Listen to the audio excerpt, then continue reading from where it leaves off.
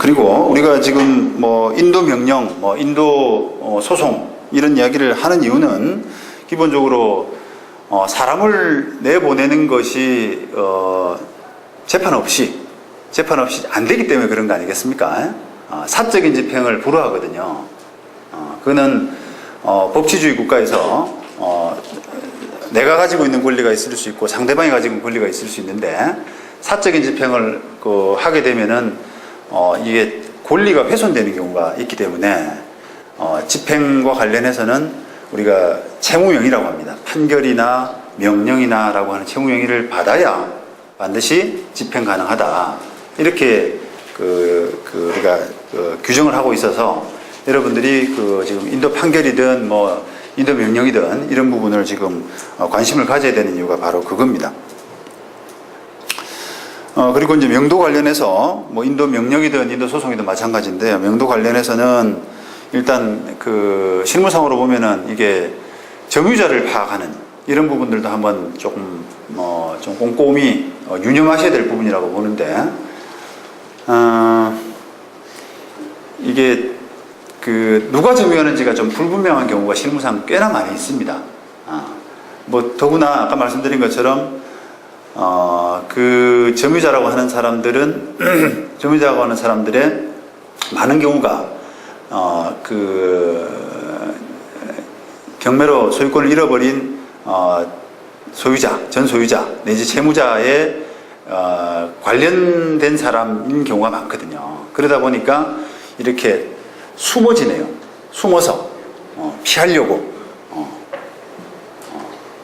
그런 경우가 많기 때문에 이게 파악을 정확하게 해야만 그 소개의 목적을 달성할 수가 있는 것인데 이게 이제 모든 경우를 다 뭐 설명드리기는 곤란하지만 기본적으로는 이 명도 관련해서 이제 좀 실수하지 말아야 될 부분 이 부분과 관련해서는 우리가 경매 자료에 나타나 있는 것 채무자 소유자 뭐 임차인 신고한 사람 뭐 유치권 신고한 사람 이런 사람에 연연하지 말고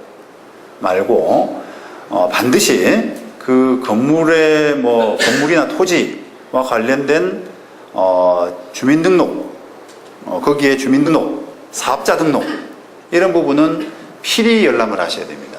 필히 거기에 뭔가 남아있다 주민등록자로 돼 있다 전입이 돼 있다 사업자 등록한 사람으로 돼 있다 라고 하게 되면은 나중에 그 사람을 빼놓고 만약에 소송을 판결을 받았다 만약에 이제 내가 파악한 사람이 AB였는데 AB만 넣어서 인도 명령이든 인도 소송이든 들어갔더니 판결 받아가서 집행하려고 그랬더니 C가 뚝 나타나는 거예요. 그러면서 나 여기 원래 살고 있었는데 왜 나를 빠뜨렸어요? 고의로 빠뜨렸지 않느냐? 애먹이려고. 나를 피하려고 빠뜨리지 않았느냐? 주민등록을 하고 있는 사람이나 사업자 등록을 하고 있는 사람이나 그런 사람들이 어필을 할 수가 있거든요. 그러면 A, B 상대로 받은 판결 가지고는 C를 상대로 집행하기 힘듭니다. 그럼 집행관으로서는 집행 불능을 할 가능성이 많죠. C가 빠진 것 같다. C가 현장에서 그냥 C라는 사람이 불쑥 나타나서 나도 점유자인데 라고 하면은 법원 집행관이 웬만해서는 잘 안 받아줘요. 그런 어필들을. 왜냐하면은 네가 점유하고 있는 근거가 뭐냐? 네 물건만 있다고 해서 네가 점유자냐? 이렇게 해서 잘 안 받아준단 말이에요. 그런데 거기에 주민등록이 돼 있고 사업자 등록이 돼 있으면 그 사람들은 엄연하게 이제 이렇게 독립적인 점유자로 인정될 가능성이 있기 때문에 그 사람을 빠뜨리지 말고 하셔야 돼요. 이런 부분은 우리 이제 변호사들도 많이 놓치는 경우가 있더라고요. 그러면 만약에 변호사 입장에서도 사건을 맡아가지고 그 당사자가 생각하는 정도의 A, B 정도만 잡아서 소송을 했는데 나중에 실컷 뭐 6개월, 1년 이렇게 재판에서 집행 들어가려고 하니까 C라는 사람 때문에 집행이 안 됐다라고 하면은 신뢰가 다 떨어지지 않겠어요, 의뢰인한테. 근데 그 사람이 이미 전입신고나 사업자 등록을 하고 있었던 사람이다. 그러면은 변호사도 예상을 했어야 되거든요. 그거를 미리 소송 들어가기 전에 점유자 파악을 우선 하고 그 사람을 재판에 그 어떤 공경방에서 그 안 빠뜨리도록 그렇게 해야 된단 말입니다. 그래서 이제 뭐 실패하면 뭐 저희 같은 사무실에 와서 이제 하소연하고 다시 맡기고 너무 허탈하니까 그렇게 되는 거죠. 자, 그 다음에 이게 시작을 정시 안 하니까 이게 도대체 4시간이 얼마나 맞는지를 한참 더하기 빼기를 좀 해야 되네요. 네. 그 두 번째, 그 점유이전금지 가처분인데요. 이 가처분이 이제 만약에 명도 사건을 염두에 두고 이제 말씀드리는 건데, 왜 그러면 점유이전금지 가처분 다 들어보셨을 텐데요. 그러면 이 가처분을 왜 하느냐라고 하는 부분에서 이 당사자 항정효라고 하는 그것 때문에 하는 것이다. 이렇게 생각하시면 됩니다. 당사자를 항상 정해둔다 이렇게 하는 거거든요. 항정이라는 게 정해두는 효과가 있다라고 보시면 되는데, 원래 만약에 점유이전금지 가처분을 안 해두고 재판한다 한번 생각해 봅시다. AB 상대로 재판을 하고 있는데요. 재판 다 끝나고 집행 들어갔더니 C가 불쑥 나타나는 거예요. 그럼 내가 점유하고 있었다. 그럼 너 언제부터 점유했냐? 언제부터 점유했냐? 재판 도중에 들어왔다. 그렇게 되는 거죠. 재판 도중에 들어왔는데 그걸 제대로 알지 못하고 맨날 그거 지켜볼 수는 없으니까요. 들어왔는지 안 들어왔는지를. C가 재판 도중에 불쑥 들어오는 경우가 얼마든지 생길 거 아닙니까? 그런데 그런 상황을 만약에 AB 상대로만 판결 받아가지고 C 상대로는 집행이 안 된단 말이에요. 그러면 이제 그런 상황을 막으려면 점유이전금지 가처분을 해둬야 중간에 들어온 사람을 막을 수 있단 말입니다. 그럼 항정효라는 것이 뭐냐라고 하면은 중간에 들어온 사람은 그냥 인정 안 하겠다 이런 뜻이에요. 그냥 점유자는 AB 가처분 당시의 점유자로 정해버리겠다 이런 뜻입니다. 그리고 C는 이제 점유 변경이 안 되는 거야. 이렇게 되는 거거든요. 그러면 이제 이렇게 가처분을 해두고 만약에 해둔 상태에서 C가 들어왔다. 이렇게 되면은 나중에 AB 상대로 받은 판결을 가지고 집행 들어가서 C를 발견했다. 그때서야. 그러면은 바로 집행은 되지 않고 우리가 승계집행문이라고 하는 이런 집행문을 발급받아서 C 앞으로 승계집행문을 발급해 주세요라고 해서 그 법원 사무관이 하는 건데요. 승계집행문을 발급해서 그 발급을 간단하게 받아서 C를 상대로 집행을 하면 되는 겁니다. 그런데 만약에 가처분이 안 돼 있으면 C를 상대로 새로 본안소송을 해야 되는 거죠. 그래서 시간 차이가 많고 또 그런 경우가 생기고 하기 때문에 이 가처분은 반드시 그런 면에서는 이제 필요합니다. 그리고 이 가처분을 해두시게 되면은 해뒀는데 만약에 점유자가 바뀌었다. 이렇게 되면은 우리 형법상 공무상 비밀표시 무효라고 하는 140조에 공무상 비밀표시 무효라고 하는 그런 범죄도 성립할 수가 있습니다.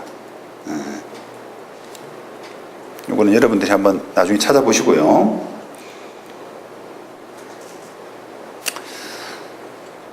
그 다음에 세 번째는 집행 과정에서도 조금 유의를 하셔야 되는데, 이제 이게 이런 이야기들은 사실 뭐 교과서에 나오는 이야기들은 아니고 제가 실무를 많이 해보면서 이제 느끼는 건데, 합의를 많이 하잖아요. 명도 이제 낙찰받고 그 점유자, 소유자 이런 분들하고 이야기를 해서 명도비 얼마 줘, 뭐 그만큼 못 줘, 반만 해, 이렇게 해서 합의를 많이 절차를 많이 하게 되는데, 그때 이제 합의가 잘 안 이루어지게 되면, 합의가 안 이루어지고 뭐 감정이 많이 상하고, 예를 들면 뭐 그런 경우가 많겠죠.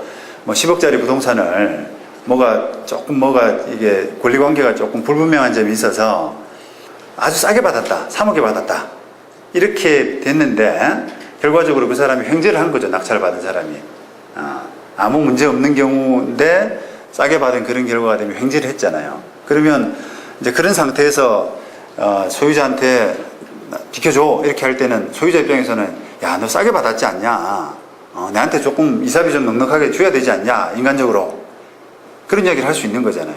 그런데 그게 이제 서로 생각하는 액수가 차이가 나게 되면 감정이 막 북받치는 거예요. 그렇게 되면 간혹 어떤 현상이 생기냐면 집을 망가뜨려 놓고 나가요. 집을 이제 뭐 좋은 집 같은 경우 우리가 뭐 좋은 집이 콘크리트를 잘 발라서 비싼 집이 아니지 않습니까? 안에 내장재가 좋거든요. 인테리어가 좋은 거예요. 대리석하고 뭐 샹들리에하고 이렇게 집에 내장재가 좋아요. 벽지하고 이런 것들. 근데 그거 다 만약에 다 망가뜨리고 나가면 얼마나 손해가 막심하겠어요. 그죠? 그런 경우가 간혹 있습니다. 그래서 자, 그런 경우로 그러면 우리가 한번 뭐 막을 필요도 있겠다. 이런 생각이 들잖아요. 그러면 이제 어떻게 해야 되느냐라고 하면은 그 집을 현장을 일단 방문하시는 게 먼저 방문해서 그 집의 상태를 파악하는 게 좋아요. 초반에. 자, 우리가 법적인 소유권을 한번 생각해 봅시다. 일단 뭐 그 경매 진행 중인 물건을 파손시키는 부분도 법적인 문제가 있겠습니다만 낙찰이 됐다. 그 다음에 소유권 이전 등기가 됐다라고 하면은 엄연히 이제 소유권은 넘어가는 거잖아요. 그렇죠? 자기 물건에서 딴 사람으로 넘어가고 딴 사람 집에 살고 있는 거주하게 되는 그런 결과가 되지 않습니까? 그럼 그런 상태에서 물건을 망가뜨리면 뭐가 되겠어요? 범죄가 되죠. 재물 손괴라는 범죄가 되지 않습니까? 그 범죄의 입증을 해둘 필요가 있거든요. 자기 행동에 대해서 나중에 내가 이 집을 망가뜨리게 되면 처벌받는다. 형사처벌받는다. 그 다음에 손해배상 책임도 있다. 이런 부분을 인식하게 되면 자기 행동에 대해서 조심스러워집니다.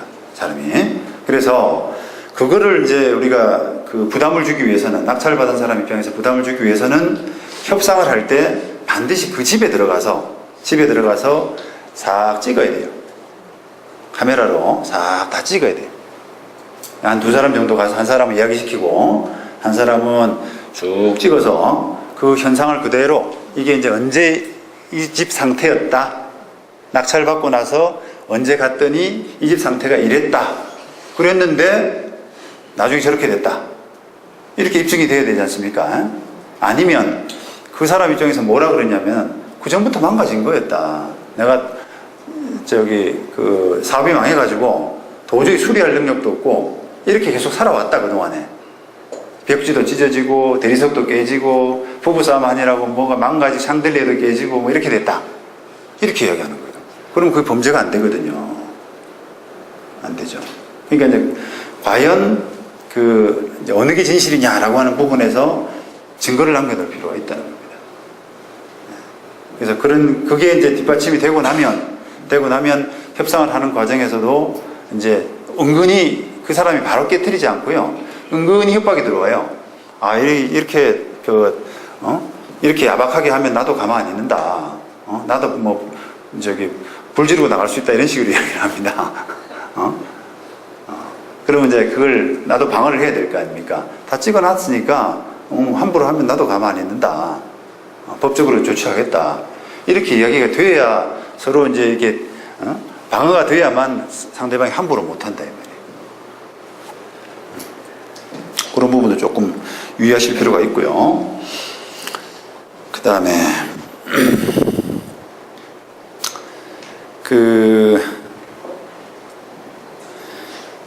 집행도 조금 이제 뭐 여러분들이 이까지는 뭐 갈 경우가 있겠냐 이런 뭐 생각을 하실 수가 있는데 집행할 때도 조금 용의주도하게 할 필요가 있다 이런 생각을 많이 하게 됩니다. 실무상으로는. 제가 그냥 신사동에 한번 나이트클럽 한번 집행을 한번 해봤는데요. 그게 뭐 얼마나 이권이 크고 또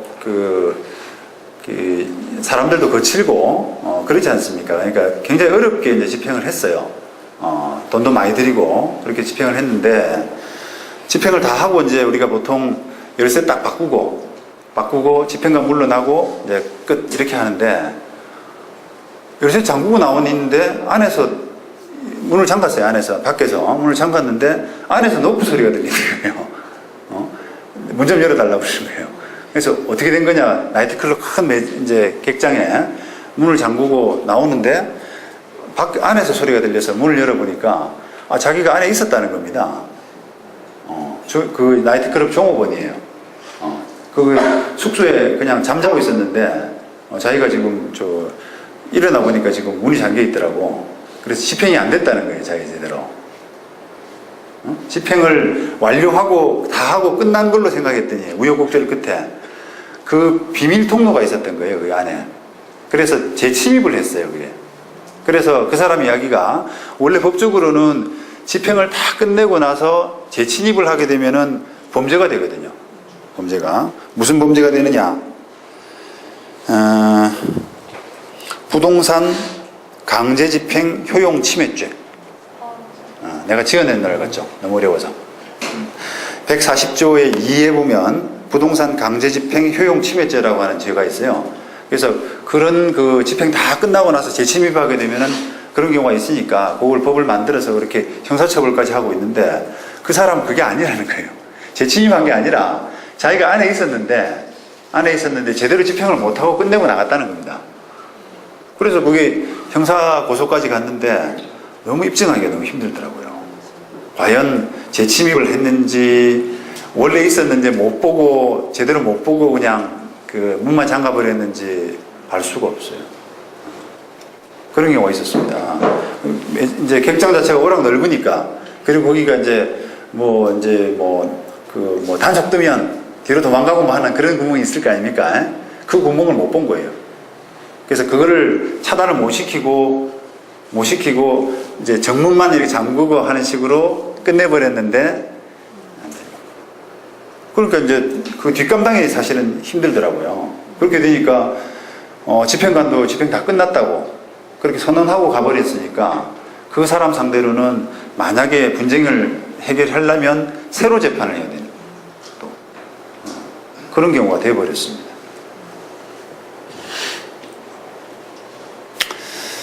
그 다음에 그 명도하실 때 이게 간혹 재판을 할 수도 있고 또 이제 서로 합의하에서 이렇게 마무리할 수도 있고 한데 어떤 경우든 간에 합의할 때 언제까지 명도한다 안 하면 얼마 벌금 낸다 이제 위약금 낸다 이렇게 할 게 아니라 그 물건 그 언제 이후에 만약에 5월 30일까지 명도한다 이렇게 합의하면 5월 30일 이후에 그 공간에 남아있는 물건은 다 내 거다.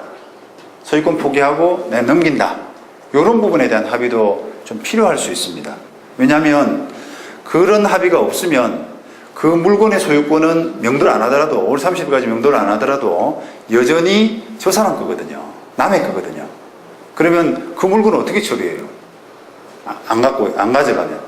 나중에 집행해서 끄집어낸다 치더라도 또는 재판에서 끄집어낸다 치더라도 그 물건 처리를 어떻게 합니까? 어떻게 하겠어요? 보관해야 되거든요. 남의 물건이기 때문에 없애거나 멸실시키거나 이렇게 하면 문제가 된단 말이에요. 형사적인 범죄, 민사적인 손해배상 이런 문제들이 따르기 때문에 그 물건을 저 사람이 안 가져갈 수 있다. 약속된 기간에 안 가져갈 수 있다라는 전제하에서 그 물건에 대한 소유권을 포기시키고 내한테 넘겨버리는. 그럼 내게 되면은 쉽죠? 버려버리면 되니까. 대부분 돈 되는 게 있겠어요? 없지요. 물건들 대부분 다 허접한 물건들이지만 그래도 상대방이 이제 나중에 변명거리가 생깁니다. 거기에 뭐가 있었다고. 이렇게 한단 말이죠. 그런 것도 이제 하나의 팁일 수 있고요. 그 다음에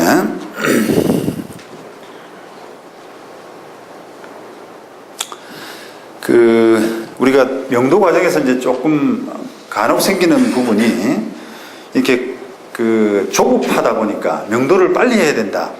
그냥 내 돈도 들어가고 빌린 돈도 있고 이렇게 하니까 돈이 부동산이라는 게 각자 입장에서는 또 큰 돈이잖아요, 다들. 전 재산 내지 상당한 재산이 들어가는 그런 투자기 때문에 이게 시간이 길어지면 조급해집니다. 그러면서 이게 무리수를 두게 돼요. 무리수를. 그냥 마음대로 재판 없이 열쇠를 마음대로 바꾼다거나 그 다음 단전단수를 해버린다거나 마음대로 그런 경우가 생기는데 다 불법이죠. 다 겁니다. 그래서 기본적으로 아까 말씀드린 것처럼 사적인 집행은 안 됩니다. 재판을 해야 되거든요. 그래서 그런 행위들, 마음대로 자물쇠를 바꾸면은 주거 침입, 업무 방해, 건조물 침입 이런 부분으로 될 수 있고요. 그 다음에 단전단수 이런 부분들도 형사적인 문제까지 될 수가 있고, 또 나중에 명도 소송을 하면 오히려 이제 그냥 쟁점 자체가 단순해서 빨리 맞출 수 있는 경우를 상대방이 저 사람이 범죄 행위를 해가지고 내가 반소를 제기하겠다, 오히려 저 사람 때문에 손해를 입었다. 주거 같으면은 손해 액수가 별로 없겠죠. 그러지만 별로 없고 단순하겠지만 업무의 영역 같으면 복잡하거든요. 그러면 본소로서 명도하라, 이 재판에 대해서 상대방이 반소로서 손해배상해달라, 이렇게 반소가 얹어지게 되면은 두 개가 한꺼번에 맞물려서 돌아가기 때문에 재판이 복잡해지잖아요. 두 쟁점이 두 가지 다 실체 파기되고 마무리가 되지 않으면 재판이 마무리가 안 되거든요. 그럼 괜히 이게 간단하게 빨리 마칠 수 있는 사건을 굉장히 복잡하게 끌어가는, 어찌 보면 자기가 또 자초한 그런 결과가 되지 않습니까? 그래서 그런 부분이 있을 수 있다, 자칫. 그게 이제 상대방이 권리의식이 약하고 어리숙한 사람이라면 통해요, 이게. 자물쇠 바꿨더니 겁이 나가지고 큰 소리 치고, 너 이러면 잘못된다 이러면서 막 겁도 주고, 실력 행사하고 이러면은 아무래도 돈이 있는 사람이니까 돈 없는 사람보다는 더 힘이 세지 않겠어요? 근데, 그렇게 해서 굴복되는 경우도 있지만, 영악한 사람들은 절대 그렇게 안 하거든요. 그걸 기회로 삼는 겁니다. 그래서 그런 부분에 휘말릴 필요가 없다. 그런 부분을 조금 염두에 두셔야 됩니다. 그리고 때로는 또 이제 우리가 때로는 정말 이게 피치 못할 사정으로 불법행위를 해야 될 수가 있어요. 불법행위를. 그러니까 이게 우리가 흔한 말로 법은 멀고 주먹은 가깝다, 이런 얘기를 하지 않습니까? 이거 금방 하면, 툭 하면 그냥 확 차버리면 이거 없어질 걸 갖다가 재판을 하려니까 너무 답답하고 이게 억울하거든요. 그래서 해야 될 때가 있는데, 그런 경우에도 조금 이제 요령도 좀 필요할 수 있고요. 예를 들어서 이제 그게 어떤 경우든 범죄 행위하고 연관이 될 수 있으면, 근데 범죄 행위지만 때로는 이게 벌금 정도 구속되는 사안이 아니고 벌금 정도에 그치는 경우가 대부분이죠. 대부분의 사건들이. 그러면 그냥 누가 내가 했다고 하지 말고 우리 연로하신 아버님이 했다고 하자, 이렇게 이제 둘러대야 될 수도 있단 말입니다. 근데 이제 그 전제는 이게 문제가 될 수 있다는 부분에 대한 인식입니다. 이게 문제가 될 수 있기 때문에 내가 나서는 게 아니라 나의 주변 사람이 나서고 그냥 그 사람이 촉대면은 그런 경우가 있을 수가 있거든요. 그냥 예를 하나 들어드린다면, 땅을 낙찰받았는데 그 위에 철거돼야 될 건물이 하나 있어요.